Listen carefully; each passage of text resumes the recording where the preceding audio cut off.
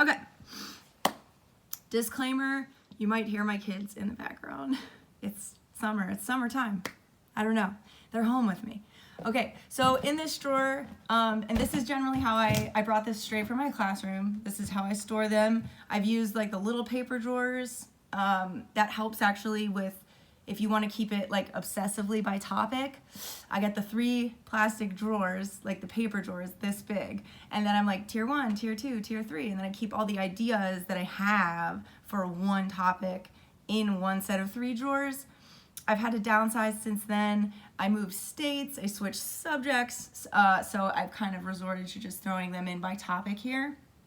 But here's what I have. So if we're looking at rational numbers, order of operations, and properties, 3 huge foundational math topics that I wish more students would grasp the nature of, instead of just memorizing my properties, memorizing my order of operations, PEMDAS, whatever.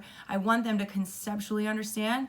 And so pushing tier 1 students who can get the answers right to apply that in a different way or create something, that would be my goal. And then, or they want to, make them like play a game or create their own game based on the games that they play with me or the puzzles that they do with me.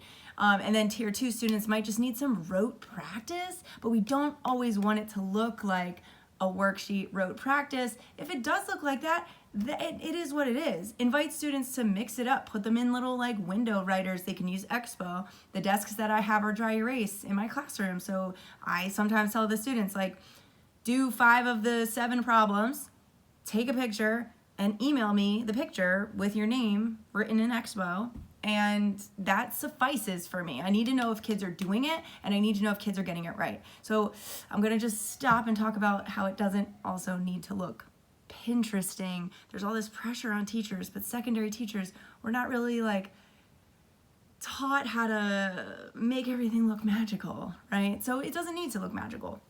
So then for the tier 3 students, I might just sit there and scaffold in a small group, just keeping an eye on the rest of the group.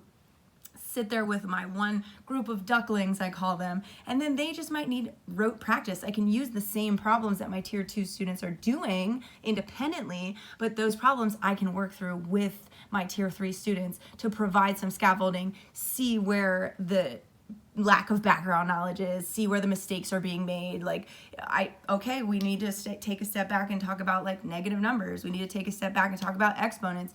That helps you as the teacher allow most of your students to independently work, and you can remediate and intervene when we as secondary teachers don't have that luxury of maybe like pulling a specialist into the classroom one day, or grabbing another teacher to help us, or having another teacher in our classroom, having a parent volunteer to help manage the class. So we don't really do that. That's not really part of our culture.